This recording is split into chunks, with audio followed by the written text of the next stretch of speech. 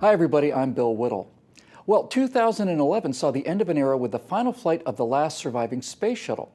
I was there right at the Kennedy Space Center when Columbia launched for the first time on April 12, 1981. I just turned 22 years old. I was driving to work at the Miami Space Transit Planetarium at age 27 when the Challenger exploded in 1986. I was 44 when the Columbia disintegrated on reentry in 2003. And now here I am at 52 watching the program end in 2011. All of that simply to say that the space shuttle was a part of my life for better than half my life. And I know a lot about those ships. I was preparing to be an astronaut, really preparing, for the first third of my life. The original designs may have produced what she was supposed to have been and never became, a reliable, low-cost way to get to orbit. The first designs called for a winged booster to carry her to launch altitude, and then the booster and orbiter could both return to any large city airport and just do it all over again. All you really had to do was replace the fuel and oxidizer.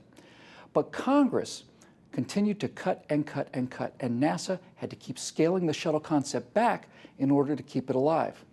They threw out the simple, elegant booster as too expensive, and they replaced it with 2 solid rocket boosters and a huge external fuel tank. How'd that work out for us? Well, I think it's important to note that the shuttle never failed in the 135 times they flew, not once.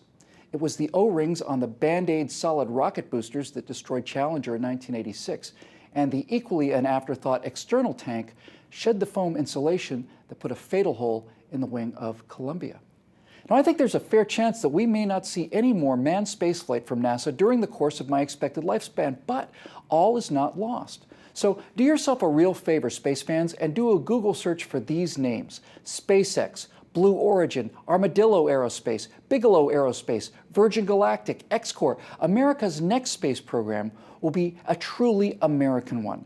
The same kind of private businesses led by individual geniuses that got commercial aviation out of the barnstorming days and turned it into the safest form of travel known to man. I'm more proud of these companies than I ever was of the space shuttle program, and that makes me very, very, very proud indeed.